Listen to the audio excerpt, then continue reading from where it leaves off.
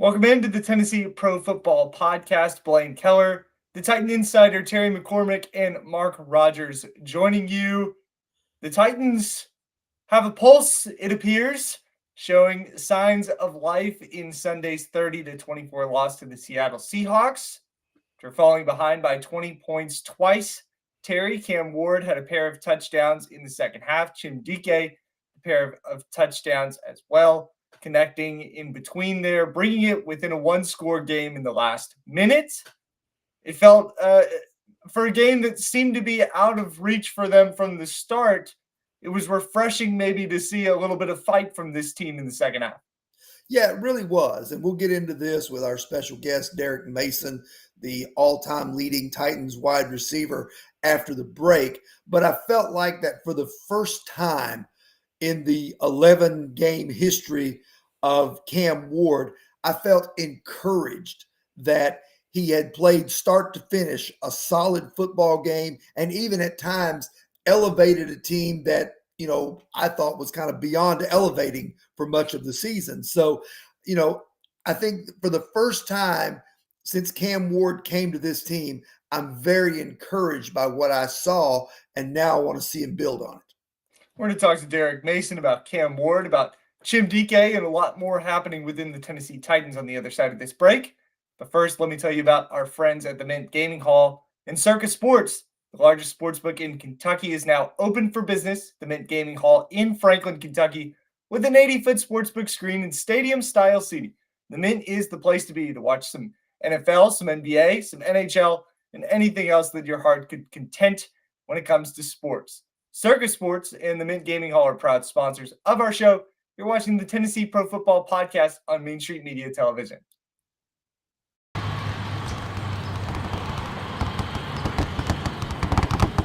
The winning just got closer. All new sportsbook, the latest gaming machines, live horse racing, and more. The Mint Gaming Hall, Kentucky Downs. Winning just got closer. At Delta Dental of Tennessee, we know our success begins and ends with providing superior quality service, and that includes serving those who need it most.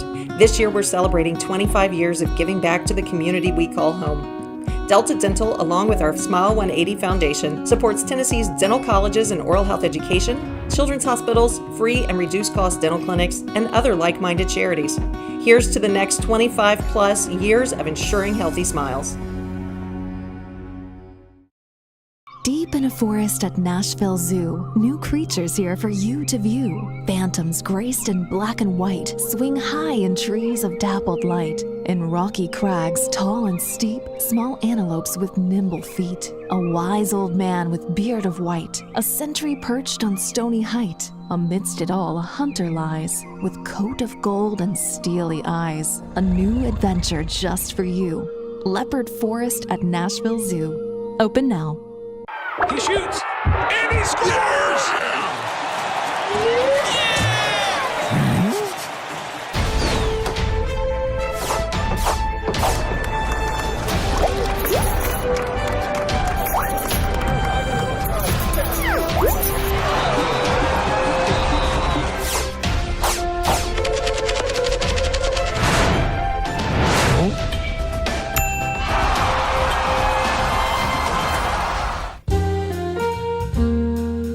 Welcome to the Omni Nashville Hotel. Urban elegance with a vintage touch.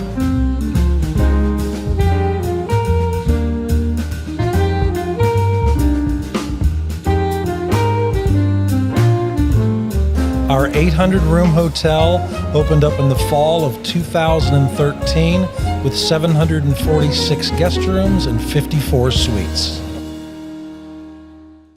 If you want the latest in weather conditions, be sure to tune in to our Busy Bee Plumbing Weather Report each weekday on Mornings on Main Street. Brought to you, of course, by Busy Bee Plumbing, Heating, and Air Conditioning. We will keep you updated on the latest conditions outside, like severe weather, heat, snow, rain, and even hail.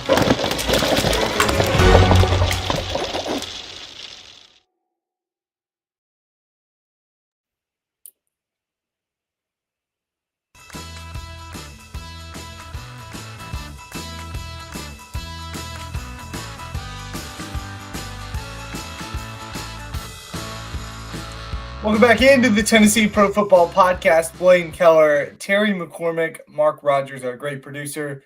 And we hope now to have Titans all-time leading wide receiver Derrick Mason joining the show. Also a co-host on DVD on 102.5 The Game. We had him there for a second. Hope to have him Can you back get here me? shortly. There he is. Can you We hear got me? him. Derrick, your impressions to start off on the Titans game against the Seahawks this Sunday. What did you kind of see from yesterday's loss? I saw a team that continued to fight. I saw a team that isn't good when you're talking about from top to bottom, but I saw a team that continued to fight. And that is probably the hardest task McCoy has going right now, is to keep this team engaged and fighting, to not lose the locker room. The X's and O's will work itself out, I believe. I think Bo Hardegree is doing what he can with an offense that doesn't have much explosive players. And if they are, they're young guys that still trying to find their way through this offense. DK and Ellick, who was injured yesterday, Gunnar Helm, uh, even Tajay Spears, who's a third or fourth, now fourth year pro, and Chickaconquo. They're still all trying to find their sort of space and place in this offense with Cam as the quarterback and Bo as the primary play caller. But even with that, I thought that this team continued to fight. They are who they are, and we know that. But I think what Borgonzi, what Brinkert, what Amy want to see is, if this team chooses to quit on their interim head coach, and they haven't. Now, are they a good team? No. Do I expect them to win many games? No.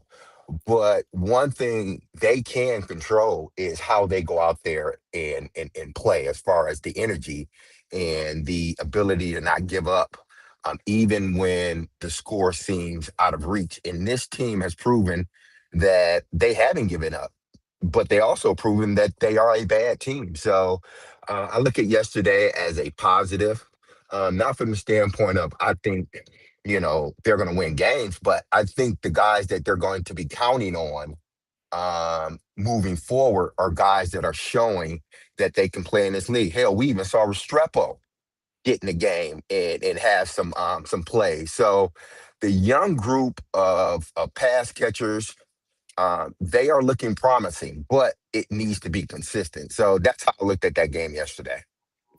Derrick, in talking about Cam Ward, one of the things that I think I saw yesterday for the first time was that start to finish, he looked pretty consistent. And I think one of the things that it kind of dawned on me, I feel like that the offensive structure itself, and you pointed out that, it's not a very good team, and I think that's part of it. But it feels like the offensive structure and system itself kind of handcuffs him. And then when they got down by 20 points yesterday, they had no choice but to start going on fourth down, to start loosening the reins a little bit and letting him play and kind of find out what he could do and couldn't do. And that's really when I felt like he came alive and for the first time showed you why they took him with the first pick in the draft. To me, going forward, whoever the new coach is going to be, it's going to be imperative that new coach be somebody that can not constrain Cam Ward, but can fit what he does and build on that. Yeah, and I think that's why, regardless of who the head coach is moving forward, or the play caller, I think they're in a peculiar situation because McCoy and Bo Hardegree, they're tasked at going out there and winning games and developing his quarterback. But these are the guys that may not be here next year. So they're trying their best to, you know, allow him to develop within a offense that, some of the principles, even if they, choose to change offensive coordinators at the end of the season or head coaches, it's you know, principles that can be applied to whatever offense that comes in here because the main thing is develop your players. And this is why, when things are done on the field in regards to McCoy, I'm not in an uproar because he has this hard task of trying to develop quarterback, trying to win football games, all while understanding that this may not be his job next year. So that's tough. But like I said before, the team hasn't quit on them. They're continuing to fight. Are they a good team? No, they're not. But they are a team that shows that when they do get some good players, that the fight is already in them. They just need the talent to go along with it. They need more talent. Again, I like the young guys that are playing and what they're doing, but they need to add more talent on top of that because Cam is showing, regardless. See, this is why, you know, when you start talking about the quarterback, you got to give it at least a year. Even with Will Levis, and people always bring up Will Levis, even with Will Levis, it was, well, let's wait until next year and see what he does. And next year came, and he was doing some of the same things the following year that he had been doing the previous year. So it was looking as if he wasn't developing the way they needed him to. Cam is different. You can see the development. They just don't have any talent, like talent, period. And if they do, it's young talent, which they do have, the young talent. And this young talent is trying to find their way through this system and through this league. So eh, people shouldn't get on Cam. Like it's like this up and down roller coaster with Cam. One minute everybody's saying they shouldn't have drafted him, they should trade away the picks, and then the other end it's like, oh, look at what he's doing. He can do it. It's like everybody just be quiet for a minute. You know, don't get hyperbolic one way or the other. Just watch him develop, and then go into next year with the new coach. It's going to take. It's been proven in this league, regardless if you're the number one pick or if you're not.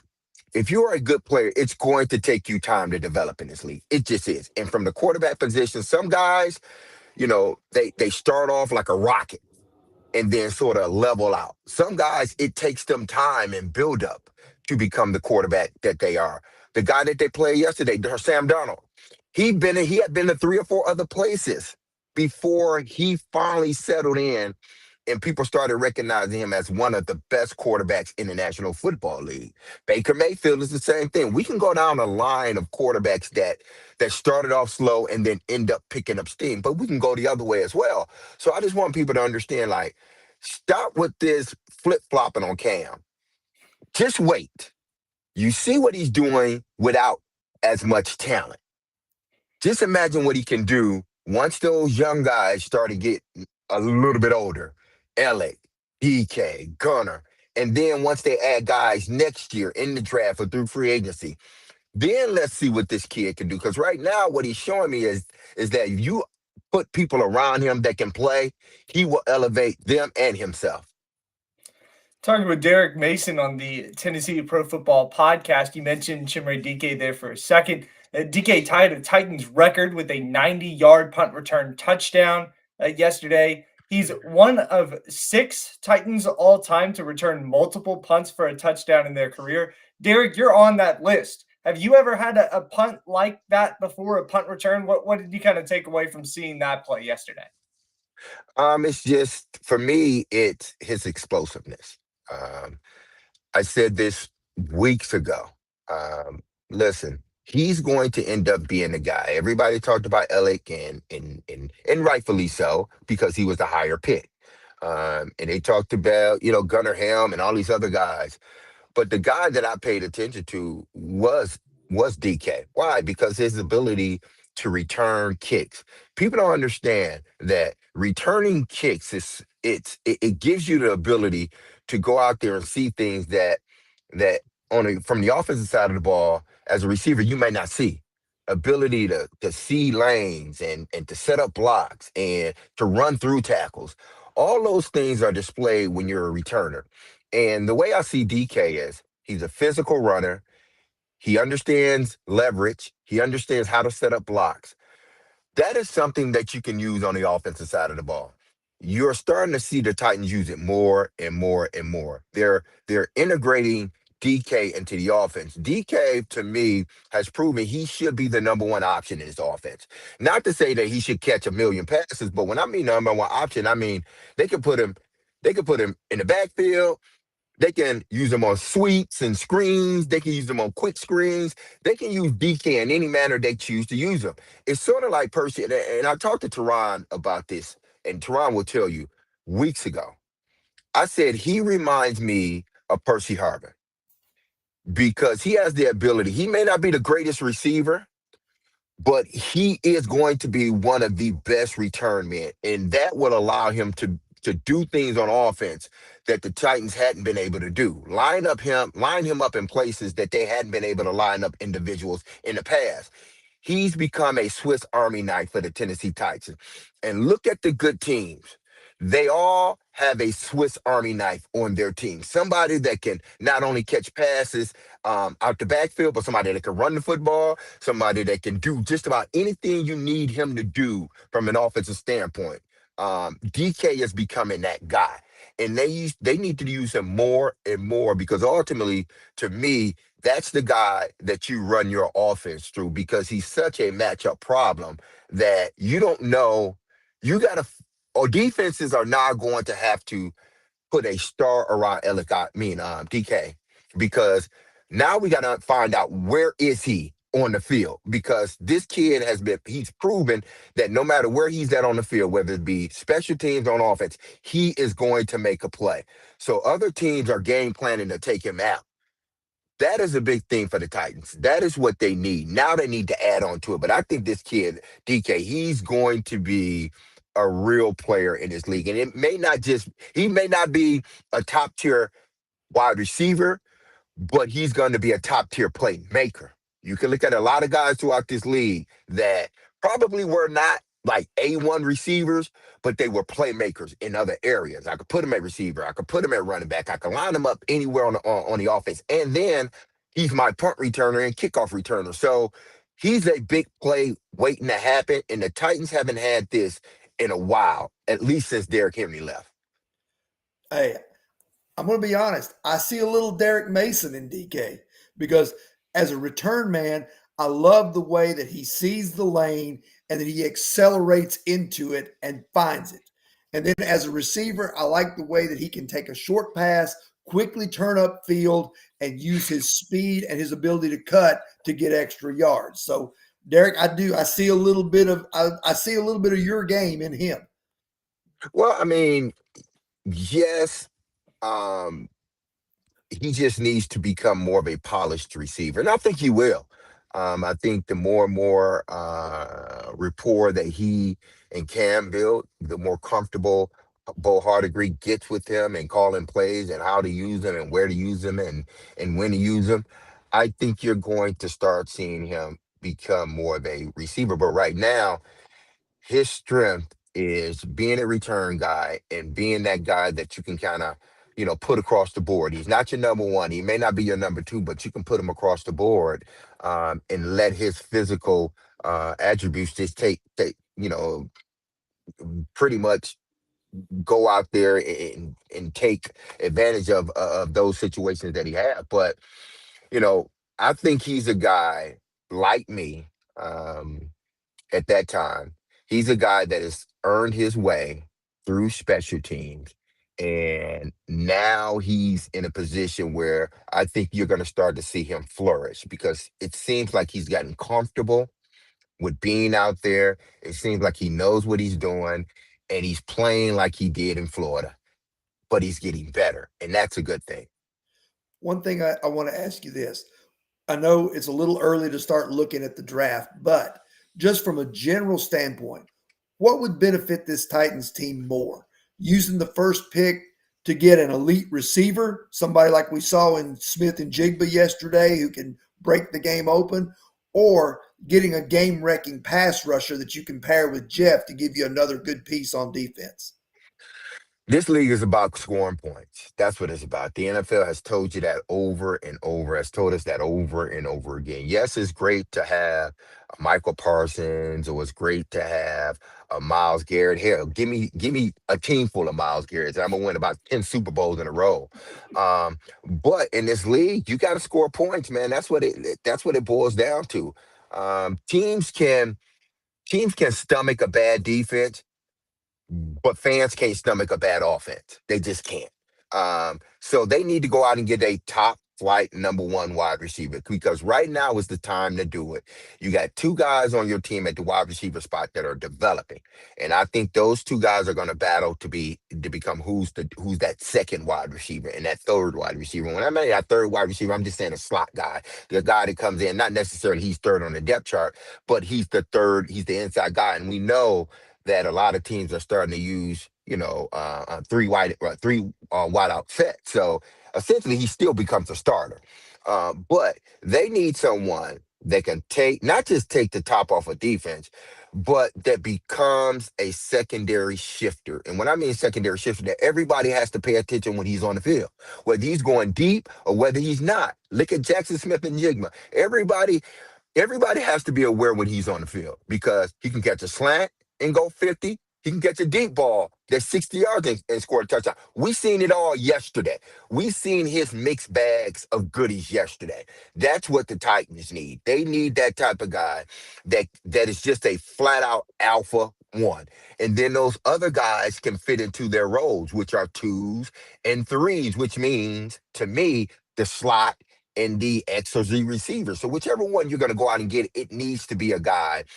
And listen, I'm not saying that the guys that are coming out this year are Jefferson or Chase or St. Brown, guys like that. They may end up being that. But what I see in the guys that are coming out, I love the kid at Ohio State. That kid is just a flat-out player.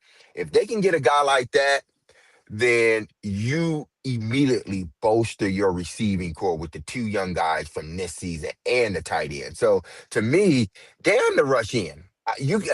Not to say they come a dime a dozen, but I think I can find I can get me a rush in.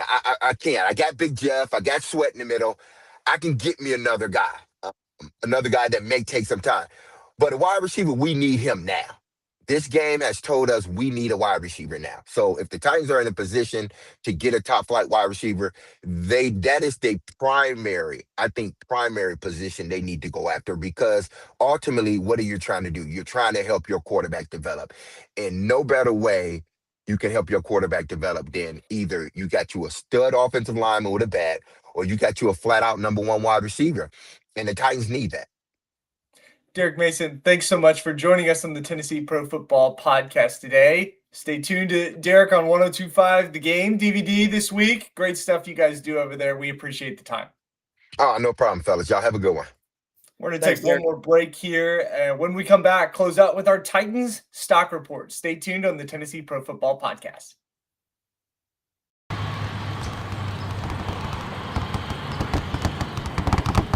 The winning just got closer. All new Sportsbook, the latest gaming machines, live horse racing, and more. The Mid Gaming Hall, Kentucky Downs. Winning just got closer.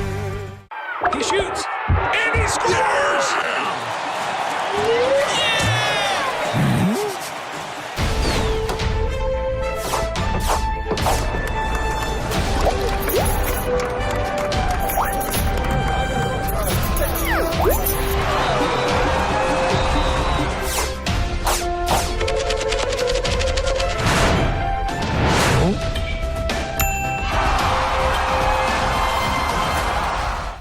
At Delta Dental of Tennessee, we know our success begins and ends with providing superior quality service, and that includes serving those who need it most. This year, we're celebrating 25 years of giving back to the community we call home. Delta Dental, along with our Smile 180 Foundation, supports Tennessee's dental colleges and oral health education, children's hospitals, free and reduced cost dental clinics, and other like-minded charities. Here's to the next 25 plus years of ensuring healthy smiles. Deep in a forest at Nashville Zoo, new creatures here for you to view. Phantoms graced in black and white swing high in trees of dappled light. In rocky crags, tall and steep, small antelopes with nimble feet. A wise old man with beard of white, a sentry perched on stony height. Amidst it all, a hunter lies, with coat of gold and steely eyes. A new adventure just for you. Leopard Forest at Nashville Zoo. Open now.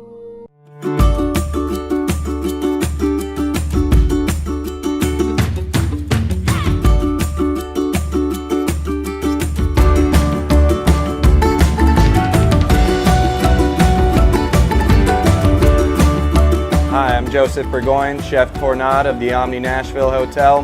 Come see us at Kitchen Notes.